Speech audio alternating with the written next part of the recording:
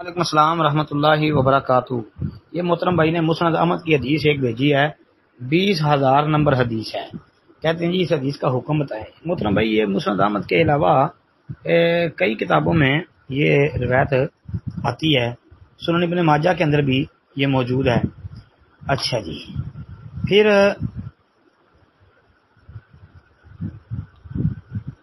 ابن ماجہ کے اندر بھی یہ موجود ہے، جس میں ہے کہ عمران بن حسین بیان کرتے ہیں نبی علیہ السلام نے ایک شخص کے ہاتھ میں پتل کا حلقہ یعنی چھلا یا کڑا کو دیکھا، فرمایا یہ حلقہ کیسا ہے؟ اس نے کہا یہ واہنہ کی بیماری کی وجہ سے ہے۔ تو آپ نے کہا اسے اتار دے، اس سے تیری کمزوری میں اضافہ ہی ہوگا، یعنی بیماری بڑھے گی کم نہیں ہوگی۔ اور یہ بڑی روایت جو ہے نا کہ وہی حق ما ہذہ قال من الواہنہ، کہ آپ نے کہا اما انہا لا تزیدک الا وہنا، یعنی یہ وہن جو تیری بیماری ہے نا یہ زیادہ ہوگی کم نہیں ہوگی، تو اس لیے اس کو اتار۔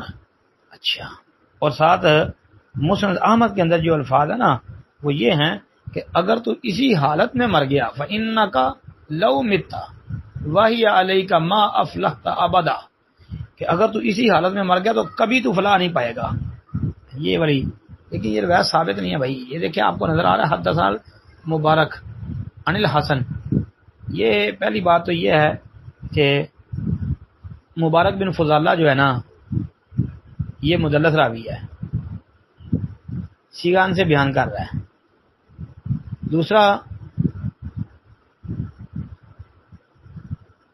مبارک بن فضالہ کے سماع کی صراحت البتہ موجود ہے، پھر اس کے ساتھ حسن بصری اس کی بھی تدلیس ہے، یہ بھی بات۔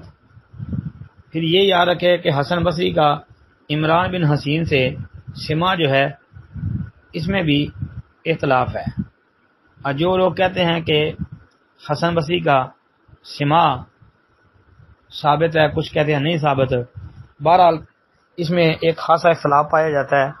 تو مسند احمد کے جو محقق ہیں انہوں نے تو یہ بات کی ہے کہ اس کا جو ہے نا حسن بصری کا عمران بن حسین سے سماع نہیں ہے، اور یہ بات زیادہ صحیح اور راجح معلوم ہوتی ہے، اور جس میں سماع کی صراحت ہے وہ بات صحیح نہیں ہے۔ اچھا جی، تو لہذا صحیح ابن حبان کے اندر جو مبارک بن فضالہ جو ہیں ان کے سماع کی صراحت ہے، لیکن اس میں اور علت بھی اہل علم نے بیان کی ہے کہ ایک راوی ہے جس کو جو ہے امام ابو زرع وغیرہ نے ان کے اوپر جرح کی ہے، یعنی مطلب اس کو ضعیف قرار دیا ہے، تو اس لیے اس میں جو ہے صحیح اور راجح بات یہی ہے کہ روایت کا حکم یہی ہے، روایت ضعیف ہی ہے۔ السلام علیکم ورحمۃ اللہ۔